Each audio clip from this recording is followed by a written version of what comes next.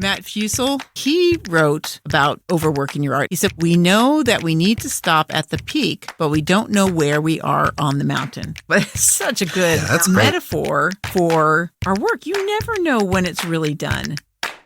Hello, all you fabulous creative works in progress. Thank you for joining me on the Sage Arts Podcast. This is Sage, and I am in the studio today with Brett. Brett, hi. How's it going?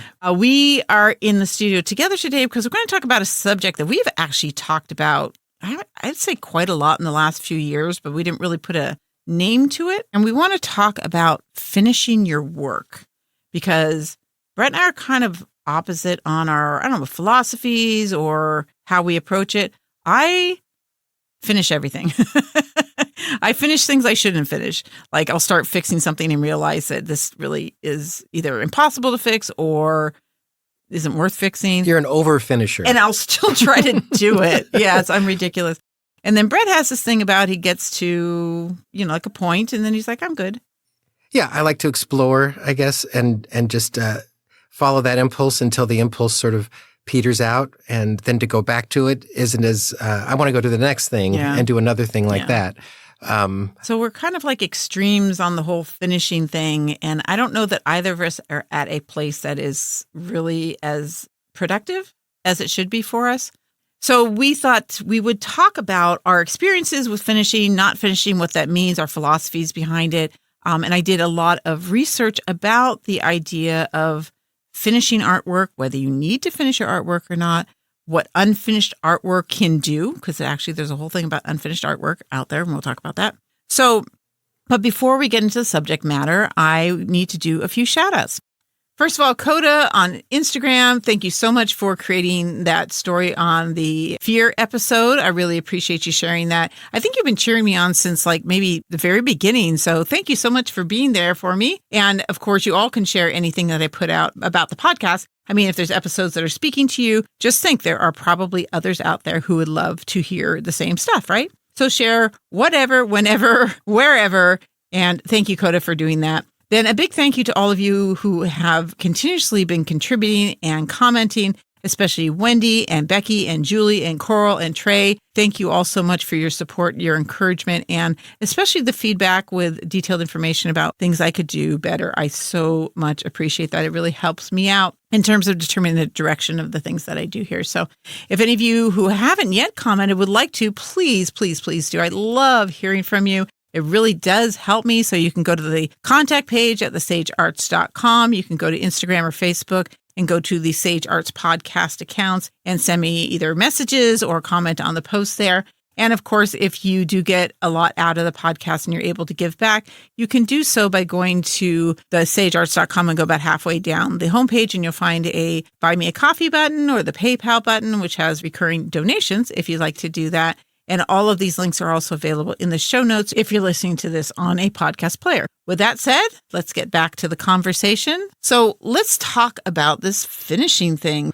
First of all, I want to put this out there because I don't want anyone to think we are talking about how to manage to finish all your work. Because honestly, you don't need to finish all your work. There's nothing out there that says that finishing your work is imperative.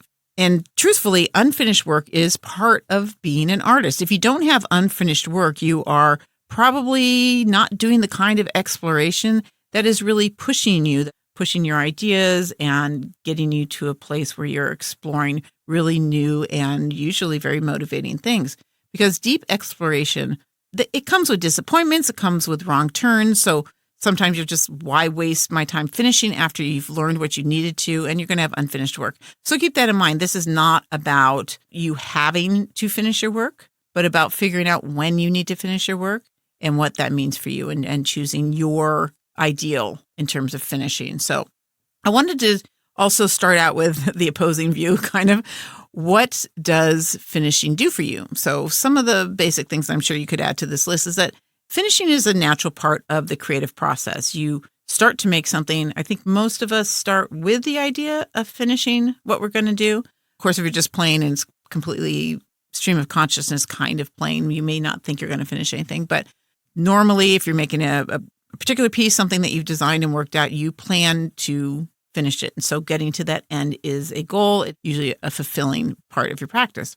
You also practice completing things. So actually finishing, even if you don't end up liking what you end up with, it takes you to the end of a journey that is improving your skills and is teaching you something about you and what you do with your artwork.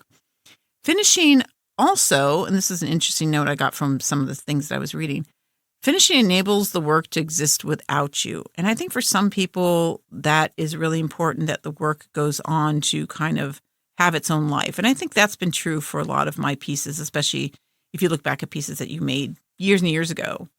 It's like its own entity, right? It has its own spirit to it, yeah. Right? Yeah. So finishing also allows the work to do that. And of course, if you sell it and it goes off and has a life with other people, and of course, it has a life of its own. Finishing is also kind of an empowering thing because once you've finished, you can step back, look at what you've done, evaluate the areas that you want to focus more on or want to focus less on, or areas to improve. So you have opportunities in the finished work to evaluate yourself.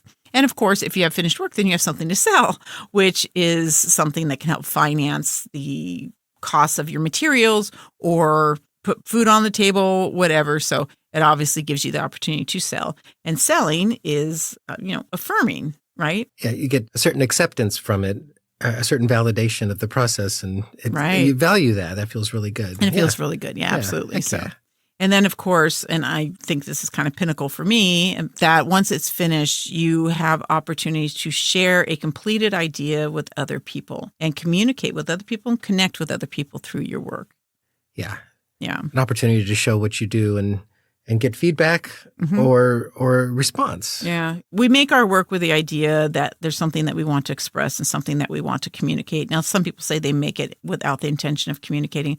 Sometimes you're just communicating to yourself. But the finished piece is usually a complete idea, and therefore you can communicate with other people, with yourself, reminders that you have around the house kind of thing. But in any case, these are the kind of things that finishing can do for you, and some of the reasons we finished, and there's probably more than that. So if you want to add to that, if you want to write me with your other thoughts, I would love to hear that.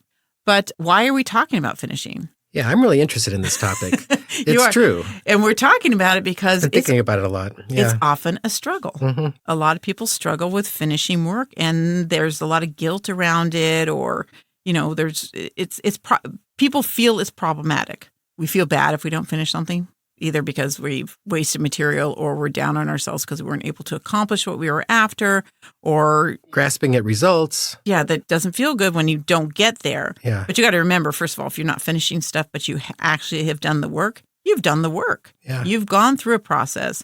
And if you find joy in the creative process, then that's going to be part of what you've gotten out of it, even if you didn't get to that finished piece that you thought you would. Yeah, you've exercised that function, that desire to do. Yeah. To create. Yeah. So some of the things that we struggle with, let's get more specific. Why do we struggle with finishing? I think one of the big things for a lot of people is we don't finish because there is a fear of imperfection, of failing. So if you never finish it, if you never get to that end, then you never have to see if you don't accomplish what you want, right? That's a crafty one.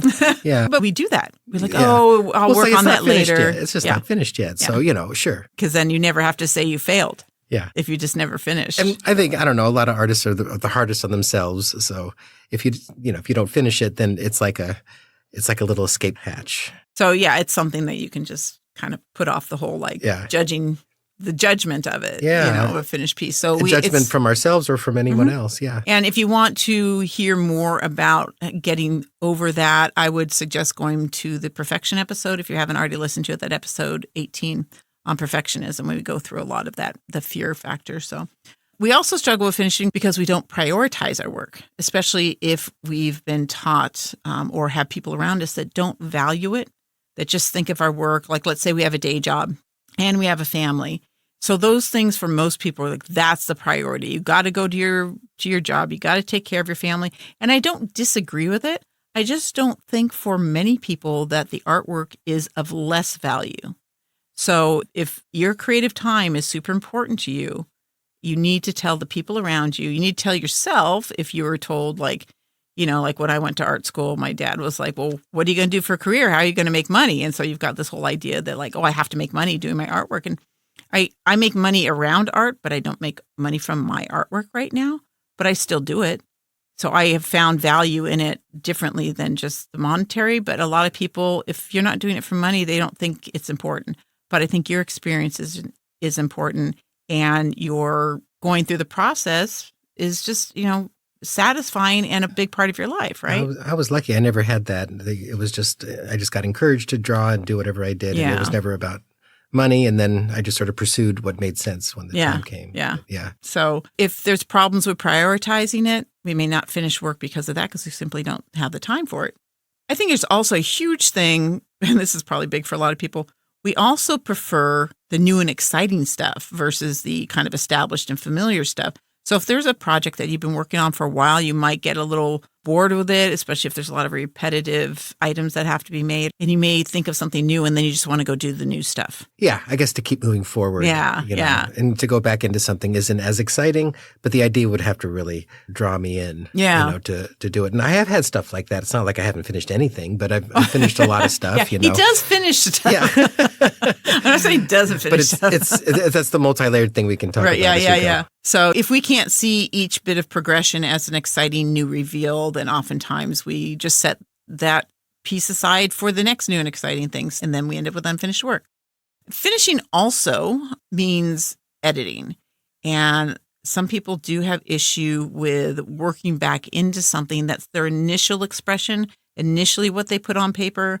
I know this is a huge problem for a lot of writers, especially like poets. They write down the poem and then they think that's it. You can't go and change it. It's just is what it is. It's in its truest form coming out of you, like in that moment. Exactly. I mean, I feel that, I get it. I know you do that with a lot of, or you have, with a lot of your sketches. And, he sketches, every day. Yeah, I don't know. All the time. I don't know. His hand's always moving. At 10 o'clock, 11 o'clock, and 12 o'clock. You don't know what he goes through. On the hour, every hour.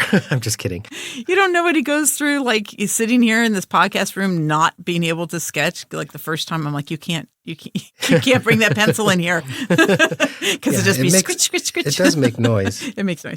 But in any case, like he draws nonstop. But for him, whatever pours out, because he does a lot of stream of consciousness stuff.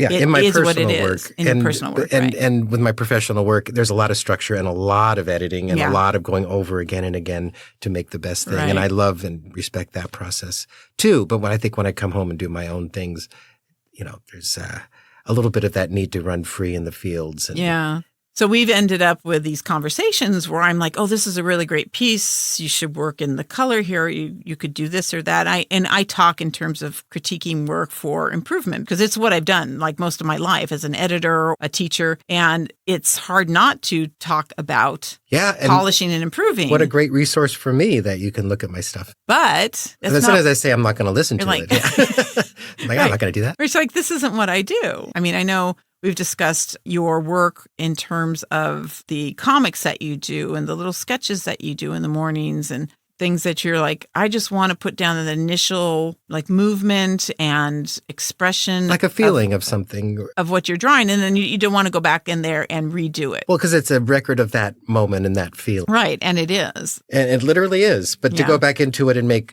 a shape a little bit more appealing or this or that, it evolves it into a more, like you said, an edited version of it. And I guess I like the unedited purity, you know, or at least in my mind, the concept of purity is there. And I'm not saying that's not valid. So I want everybody to understand if that's what you do and that's what makes you happy and it fulfills what you need. And we're going to talk about trying to like judge whether you need to finish work or not. But if that's what you want, that's fine. Then it's finished enough for you. But for a lot of people, once they put that first thing down, they have a really hard time going back into it. And so that's another reason that people don't finish the work. And then there's also, and this is kind of like the opposite end of things. We don't know when a piece is done. I think that's a big thing for a lot of people. They never feel like it's finished. So it's not that it's not necessarily finished. We don't feel like it's finished because we haven't perfected it. So again, back to the perfection issue. So this is kind of, dovetailing off of that one. But so those are some of the struggles that we have with finishing work. But let's talk about judging finished work. I think, if you feel guilty about having unfinished work, first of all, stop. Don't feel guilty about it. If you enjoy the process, if you keep returning to the work If you value the experience, you are accomplishing a primary objective that's valid outside of finishing the work, and that's experiencing the act of creating. So you're feeding your soul, you're tending your muse, you're adding joy and meaning to your life and by extension to the world around you. So if you don't finish it, don't feel guilty. It's fine. But you might want to spend some time delving into why you create to find out if finishing is particularly important to you. I'm talking about like journaling or talking with friends and family or therapists or whatever. You can also read books about art and make notes of observations that strike you. But get to know yourself and why you create, because that's going to tell you more about how important finishing is. And then once you understand why you create, you can ask yourself what you need from your art. I'm going to give you 3 points that can kind of guide you. So if you create really just for the experience, then you really don't have to worry about finishing. If you just want to create stuff, you just want to make things, and whether it's done or not, or sell it or not, or give it away or not, that's all irrelevant, then don't worry about the finishing too much, unless it's something that you've set as a personal goal, and that's your choice, but you don't have to, right? If you want to share it, though, you need to ask yourself, do you feel okay sharing incomplete work? Do you still feel fulfilled if it's incomplete and you show people what you have done? And is that good enough for you? And then, of course, if you want to or need to sell your work, what portion of your work needs to be complete in order that you do that in a way that makes sense for you? So I think if you kind of judge by maybe one of those 3 things about finishing, you can judge how important finishing is going to be for your process. If finishing turns out to be important to you, then start working on ways to make that happen to the extent that you need to. Now, I know Brett and I create because that's who we are. I don't think we even question why we create too much, but I think we've thought about it. So, Brett, what do you think about in terms of why you create? There's a lot of reasons I feel like I create. Mostly it's the act of letting go and losing myself in the work, and it being a reprieve from the normal things in life, the everyday things. So I like that I never know what's going to come out. Right. I enjoy the excitement of like some work and some don't, or some appeal to me for some reason and others don't as much. The thing that I really like, sometimes people are like, Yeah. And vice versa, Yeah, so just listening to the things you're talking about about the different reasons why we create. There's different ways I create, different things I do all the time that I get different things out of. So I guess I have a broad range, and it's hard to say it's just one thing. Yeah. Okay, well, let's go through a quick list of ways to encourage finishing. So if it's something that you do want to do, if that's an objective of yours. Yeah. There's certain things I would like to finish more of. That is a goal. So I think it's something worth talking about. All right. Well, I'm going to tell you about it. So yeah, exactly. Let's hear it. So these are the things that I came up with. Tell us. Yeah. Okay. Yes. Yeah, here it comes. Yes, everyone listen to my wisdom. So for one, if you're having problems finishing because your projects are so big, and either they are discouraging because they're so big or you just don't have the time, go smaller. Go tiny. That's a really good idea. So yeah. Megan Skelton, who I interviewed on episode 21, the one about community, she originally, when she started, found a set of 3x5 like art paper cards. And she just started doing these like 3-inch by 5-inch little paintings. That's cool. Yeah. And it's like, she's just like, I don't know what it was about. It was just like, it's so easily contained. And I just thought, oh, that's great. It's doing really tiny stuff. Post-its. I'll start, I always drew on Post-its for my work, but also at home a bit. But they're in perfect size for doing something small and finishable.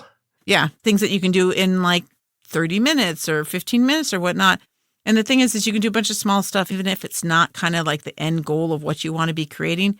You're finishing. You feel things. A sense of finishing every time. Yeah, you feel accomplished. We have a big bag of rice in the closet, so I can like start doing it on rice. It's like, where are you going to go? Well, with then that it's really so small. you're going to start painting. How long would it take? On rice? Yeah, how long would it take to sketch? A long time, because you need a magnifying glass. You need a one hair brush. So I guess I took it too far. You actually know the process of how to people do actually etch on a piece of rice. Oh yeah, there's people that do that, of course. Yeah. So you can also finish by enforcing a commitment to finishing your work through some kind of accountability. You can tell your family, your friends, you can post on social media that you plan to have such and such done by the end of the week, end of the month. The other thing you can do if you're not really into kind of broadcasting it is write it down and post it. And I've probably said this before, but when you write things down and it becomes tangible, we feel more committed to the things that we've written down. And then, of course, you post it and you're seeing it every day. So if it's, I'm going to finish this piece by the end of the week, or I'm going to finish this one part of the piece by the end of the week, that should help encourage you to finish the work. You can also work on multiple pieces, but a limited number of pieces. So working on more than one thing at a time is good, but don't just have an endless amount, because that still is like the procrastination of I'm not going to finish this yet because then I won't know if I failed. So you have like 3 pieces or 5 pieces. It depends on what kind of work you're doing, but you have those going. So if you feel kind of lost or bored or frustrated with a piece, you can just move on to another piece and put it away. And putting things away is such a fantastic thing to do for so many reasons, to be able to come back to your work and see it with a fresh eye. So if there's something that you're working on and you don't know what's going on, you don't know what's wrong, and you put it away and you come back, you can oftentimes see it because you're not as close as you were to it, you know? Yeah. I remember that experience from life drawing. I would never look at what I did because it was always exciting to see like whether it's your improvement or the feeling in the drawing and the experience. But yeah, I would always put them away and not look at them. Ever? Till the next day. The next day Just or the a next day. week Okay. or whatever. And then I look at them and then I start to see them objectively. Yeah. So if you have multiple pieces going, you can continue to work. You can continue to have those experiences or continue to make things you need to sell, but be able to put things aside for small amounts of time and come back to it with a fresh eye.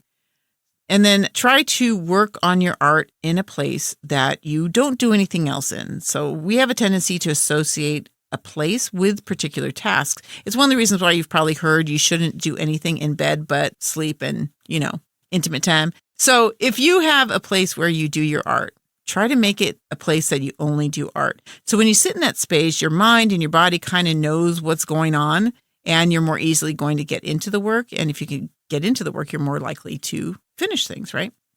You can also do that with the time, like working at the same time of day. And I know a lot of people, especially artists, are like, I don't want structure. I just want to, work when my muse strikes me. And I have a quote that I actually had this posted above my writing desk. William Faulkner said, I only write when inspiration strikes. Fortunately, it strikes at 9 every morning. And I think that's so great because honestly, inspiration, the muse, is not some entity outside of yourself. It's your imagination. It is you. And you can call up your imagination whenever you want. There are times when it's easier than other times. But if you do it the same time every day, your muse is going to show up because it's out of habit. There's a routine to it. So same place, same time, that could help you get work done and finish things. And then also rethink your definition of what is finished work. So a lot of times we don't think it's finished because it's not perfect or because we think we have to do certain things with it. Match a standard or in our own minds or in the outside world, either way. Yeah. Right. Like, I've got to do all this background space or I've got to fill all the white space or whatever. And first of all, neither of those things are true like ever. Yeah. Like shading is a thing like that. How much lighting and shading do you do? How much do you sculpt if it's a drawing, for instance? For drawing. Yeah, exactly. And, so none of those things are absolutes. So when I said it's not true, it's not true that you don't necessarily fill in white space. You can fill in white space and you can do a background, but you don't have to. You need to decide according to the intention of the work. What looks finished to you? Yeah, exactly. So let's talk a little bit about what finishing is for you. So for one, if you want it to be finished, it does need to do 2 things, I think. One is that it needs to be serviceable. And I've talked about this before too, so I apologize if you hear this stuff multiple times, but I guess it's important. So it has to be serviceable, which means it needs to be able to be hung or to be displayed or to be worn or whatever it is that work would do once it goes out into the world. So if it's constructed in a way that it can be serviceable, then that's one of the check marks. And the other thing is, does it say what you wanted it to say? Does the intention come through? If both of those things are there, regardless of certain parts being incomplete, or maybe it's not as finished as other people do it, if it does what you need it to do and you feel it represents you in the way you want it to represent you, then you can call it done. The other thing too is you can embrace incompleteness. There is a kind of a fascination in incomplete things. Like we get to see the work frozen in time, the art in process without an end to its story kind of thing. If what you want to say comes through, kind of emerges from this incomplete piece, rather than it being polished, it may be done, if that makes sense. Does that make sense? Yeah, that totally makes sense. It has the force or the essence behind it. And that's the important thing, not the bells and whistles of a good product. Yeah, it doesn't have to be the product that everybody else is putting out. It just needs to say what you need it to say. There's actually a type of work I discovered through this research that is defined by deliberate incompleteness, and it's called non-finito, intentionally finding unfinishedness as a means of expression that invites the viewer to contemplate what's left out and or the metaphor that arises from the particularly incomplete parts of the scene. It makes me picture like drawing a face without an eye. Everything else is perfectly finished, though. Yeah, it feels like it'd make a real impact. Paintings. Yeah. And there's this long history. Da Vinci has a number of unfinished pieces because apparently he took forever to do stuff because he kept getting distracted. He did all his science his projects. Inventions and his science stuff. Yeah. So he didn't finish a lot of pieces. There's the Madonna with the long neck, and she's done, and the baby's done, and the little angels are done. But then if you go down, especially in the right-hand corner, and there's a little guy down there. Oh. And then there's just like a random foot floating around. Oh, I love that. And the background above him isn't done. It makes it so real. Are you talking about, what's his name? Yeah, I don't remember his name, so I probably should have looked it up. But in any case, the Madonna with the long neck is actually unfinished. There's some Mondrians that are, they sell for, millions of dollars. There's one of his Boogie Woogie series that is not finished. And I mean, these things sell for huge amounts of money, but the incompleteness in and of itself actually adds to the work. And I think the other thing about incompleteness is it really shows the artist's hand in a way that makes it, almost more vulnerable. Like you really get to push aside the veil and see mistakes and imperfections and exploring, and you can see the thought in the line. Yeah. And to me, that's really engaging. I love that, So if part of what you're trying to say is see me or see my process or understand kind of what I'm going through, or you want to share the process with the people that you're sharing your work with, incompleteness could actually be an important part of your work.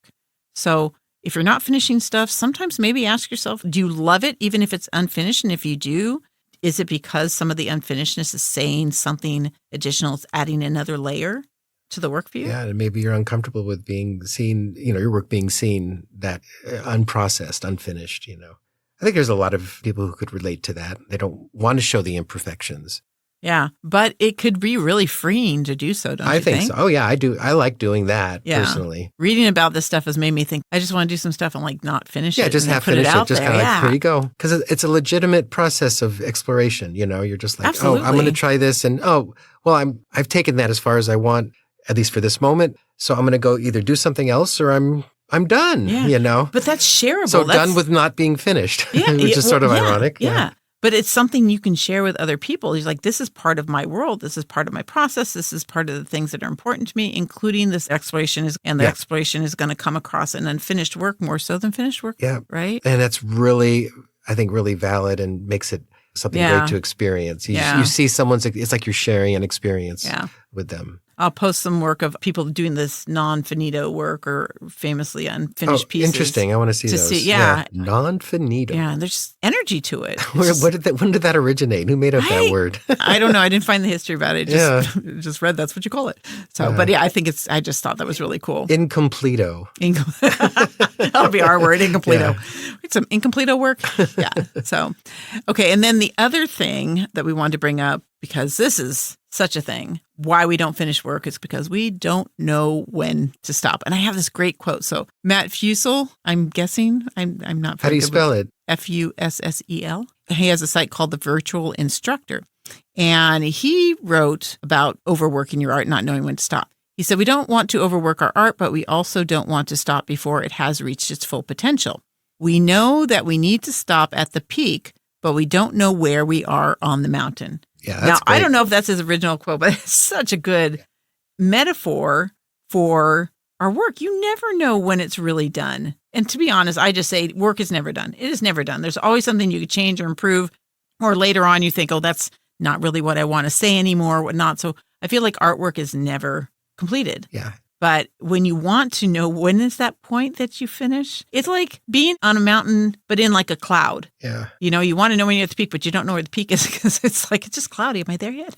It's almost like having a radar for when that experience wanes, when it feels like you pause. It's almost like you're playing a rhythm, and then when the rhythm stops. Yeah. That's my cue, I think. When I'm doing something, I'll stop when I become really aware of it. Yeah. And I feel like, okay, I feel like I've taken this as far as I can. Sometimes I keep going and it keeps working. I feel like you have to be really in touch with your ideas about what you need your work to be for you. Like you are very intuitive, extremely intuitive. Like you go by your gut on a lot of things. And I think in your artwork, you can totally be like, oh, I feel like this is where it needs to be, Yeah, it's a sense for it. I can't explain it. Yeah. Right. And I don't think it's anything you can teach, but maybe trying to ask yourself those questions more deliberately. Like, is this finished? Does this feel good as it is? I actually have some bullet points that kind of talk about that. So number one, with your work, don't measure whether it's finished by whether you can see that there's more to do on the piece, because you'll forever find more to be done and fixed and tweaked or polished. Yeah. And then that's when you overwork. Because sometimes I'll leave details out and it'll have a resonance to it that I really respond to. I can't explain it, but it looks maybe too finished. Maybe I like things to feel a little impressionistic. Yeah. Maybe that's the bottom line. I'm sort of an impressionist at heart, But you were showing me a sketch the other day. It's this really cool sketch of this kind of melty looking guy. I don't explain him. Yeah. He does these I do very a lot of kind melty things. These things kind of melted. But in any case, you draw with, I guess it was a red pencil, I think is what it was. And then you started going back in it with a brush pen. Yeah, like a brush pen. And you only did it part way. Yeah. And then you stopped. And I think it was good that you stopped where you did, because you just emphasized a certain portion of it. And then there was another sketch you had with a woman, and you did her with the ink outlines, but you didn't do any of the other stuff around her, which was good actually because it emphasized her. It brought one part of the image into focus. Right. That wasn't my intention when I started it. I was just starting to draw over, like do inking on this rough drawing I did. And then I reached a point and I stopped because I was like, it just won't be pleasing to me to see all of this inked. You know? But you do have to stop at various points and ask yourself, where am I at? Is it finished? Is it not finished? Or again, put it away for a little while and then pull it out and ask yourself, do I look at it now and do I feel fulfilled and feel that it's complete and I could hang it on my wall and be proud of it when people look at my work? Yep. So that's actually another one of the points I had here is, could you hang it or display it or wear it and feel good about it? If you can, then I think you're done. You can also use elements of design, like kind of do a check. Like, is there a good focal point? Does the composition lead the eye around as needed? Is there enough and the right kind of contrast for the intention or the message? So if you go through all your design elements, you could just do like a check that everything's been taken care of that really needs to be taken care of. This is a little bit of a gray area because you could overwork things because you're like, oh my gosh, I don't think there's enough contrast. And then you just keep trying to work the contrast out too much and you could overwork it. So it's a checklist to make sure the stuff is there that needs to be there and that it's done to the extent that you need it to be done. But don't think, oh, I need to do more. So you've got to be careful. So it's kind of a gray area as far as use it if you understand the design elements enough and you know it's not going to drive you to try to do too much. You can also, as I said before, put it away and come back later and ask yourself if you feel fulfilled about it. You can also see if you can look at it and say, it's done for now. Even knowing it could still be improved, can you get past the impulse to keep improving it and just say, it's done for now? Leave yourself an open door, especially if you're not going to sell it, to come back to it later, but maybe you hang it as it is now. It's something I do on Procreate, this app that you can draw on. On your iPad? On my iPad, you can duplicate an image over and over again. You can make multiple copies of the file. So I would do different versions of finishing these images and deciding how far I want to take things. Like sometimes it goes too far, so that's okay. I have others. Right. And it's this really liberating thing where there's no pressure. I know. I could way overdo it. And it's almost like I want to do that and discovering what feels good and bad about that. That's a really good point. If you have issues with either not finishing or with doing too much, having work that you don't worry about. I mean, not all work, not all materials will allow you to do that. Like our technology today for drawing or painting or whatnot, you can take a picture and put it on iPad or computer and work over it to see how things will be changed. Yeah. And you could do that with three-dimensional work, you take a picture of it and put it into your computer and then kind of mess around with it to see how it will look if you change a color or you take away something, you add something. But if you can't use technology to do that, have pieces that you just go into and just really mess around with. I remember when I was in my final year of art school, I had independent painting. And I had this one painting and it just wasn't working. So I put it aside. But what I ended up doing was I would just slash away at it, literally sometimes slash away at it. I would cut it and sew it back up. I would paint it with, finger painting. I would just mess around with it. I want to see that painting. Yeah. I don't think I have that anymore. But I would just do whatever I wanted to. So I had a piece that when I was having a hard time getting into something or if I wasn't sure about how I wanted it to come out, I could mess around with this one piece. It was a complete mess, but I actually really enjoyed looking at it because it represented just like pure energy to me. Yeah, so if you have work that you don't feel is precious, that you have to make it finished or perfect or, it has to come out a certain way, you can let yourself go on those Maybe kind that's of practice pieces. Part of it, not to be too precious really in the process anyway. And then I think one of the big things really, because we are not the best judges of our work, right? That we need to ask other people. Which can be hard, especially with unfinished work and you're a little concerned about people seeing you, how poorly you initially start off with. We all start off work poorly. Yeah. So, when you have unfinished work and you want to get an opinion, like whether it's good enough or how people think you're doing, getting outside opinions are wonderful. I kind of steer away from family and friends because they always just tell you you're wonderful. Or you have those family or friends that are just like a little too blunt and honest. Yeah. Right. And then you're scared. But other artists, like Brett and I, we kind of committed to being honest with each other about each other's work. And that just always comes natural to us. Yeah. Well, it depends on how you say something. If I think something's not done well or whatnot, he knows I'm going to tell him. Yeah. And he can trust that I'm going to tell him the truth. Yeah, but I won't show her everything. Yeah. So there's certain things he will not show me because he knows I will tell him the truth. Of what she thinks, and I value it, but we have different tastes. And vice versa, like whether he appreciates what I do or not. But the thing is we can always find the value in what we're doing. So if you can find someone who will find the value in your work, who can tell you what works well and what doesn't work well. I feel like this is going to be a podcast of referencing other podcasts. So go to our criticism podcast episode to talk about how to criticize and how to take criticism in a supportive way. But yeah, if you can take your work that you're not sure is finished or not to other people, and if someone says, I don't see this is done, I would hang this in my house. I would buy this right now. Right. How much you want?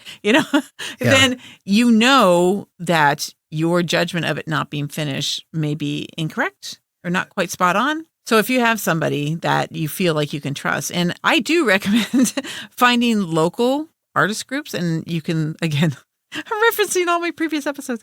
The episode with Megan Skelton, we talked about community and finding people to collectively work with or talk to about your work. If you have groups like that, local groups, online groups, meetup groups, whatever.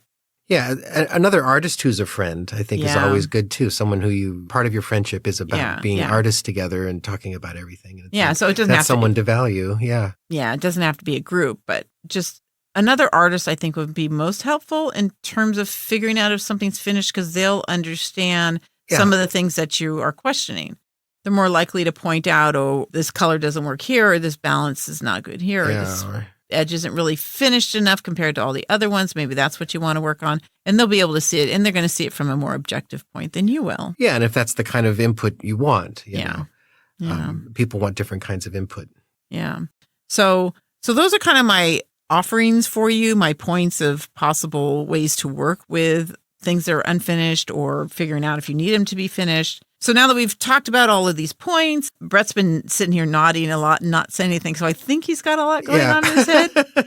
Or I'm thinking about dinner, one of the... I don't know. No, right, exactly. Who knows? No, that's not true. Well, what do you think about this conversation about finishing? Yeah, well, it's really inspiring to me to consider these other ways that I could get myself evaluating my work, whether I want to take it farther, if I feel the impulse to do that. I will or I won't, and I'll be okay with that. Like that sort of that guilt is sort of lifting. And that's the thing that I think I have struggled with. Like, shouldn't it be more? Shouldn't I be doing a series of these? Shouldn't I be all these shoulds that I put on it all the time? But I think if it's a matter of something really calling me, I will do that. Yeah. And maybe this exploration period I'm in is just looking for that. Yeah. But yeah, I will definitely get a lot out of that inspiration. So thank you for that. This is really so cool conversation. Well, it was a hard conversation for me to have because part of me is like, well, of course I finish things. I guess there's a certain self-awareness in me that, well, should I be ashamed of not finishing? And really after this conversation, it kind of takes away the shame of that. It's nothing to be ashamed of. It's a creative process and it is what it needs to be. I think when I have external pressures, everything's thought through on every imaginable level. Yeah. I've gone through it a billion times. Yeah. Like every episode he ever does, he goes, this is really, really important. This has to be the best. And it's like as if the last one wasn't and you didn't say the same thing. Yeah. So I was just wondering what was going through your brain over there.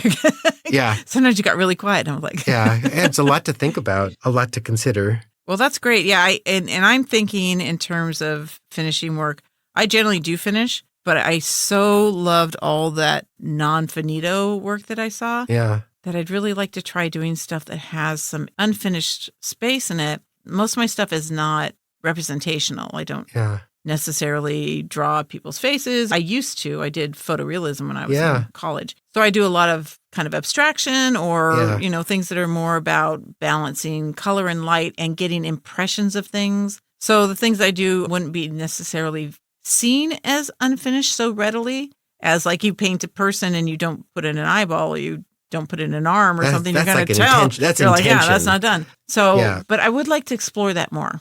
Like maybe not doing as much as I usually do. I know when I was younger, it was a really hard thing for me not to fill the page. Right. See? Oh, that's such like with eating dinner. Their parents train you to like clear your dish. But you should stop when you're not hungry anymore, right? Right. I mean, that's a good metaphor for all this stuff. Yeah, that's true. I think when you come into art, the idea that you fill the white space is there's a drive to do that. Yeah. White space is so important. And it's not, by the way, if you're unfamiliar with the concept of white space, it just means that space that doesn't have anything going on in it. It doesn't mean that's necessarily white, but our eyes like to have kind of open space. And that was a really important thing for me to learn was white space. Less is more, less can be more. Yeah, for sure. So I hope all this conversation about finishing has got you pondering where you're at with that. And I almost feel like I want to stop the podcast right now and not finish it. Finish it. You must finish it. And see what it's like to just end. But no, we'll wrap things up. If you have some experiences with finishing or not finishing your work, you want to share those stories with us. I always love to hear your stories. Honestly, this conversation is never, ever finished. None of this really. Speaking of is. I mean, that's the truth. This is not finished. This is really just a beginning, an inquiry. For many of us. So if you would like to continue the conversation, since it's really not finished, you can completely, absolutely send me your stories, send me your comments. You can reach out to me on the sagearts.com website and go to the contact page to send me emails with your comments. You can go to Instagram or Facebook at the Sage Arts Podcast, all one word. Find those pages, follow me and comment or send me messages.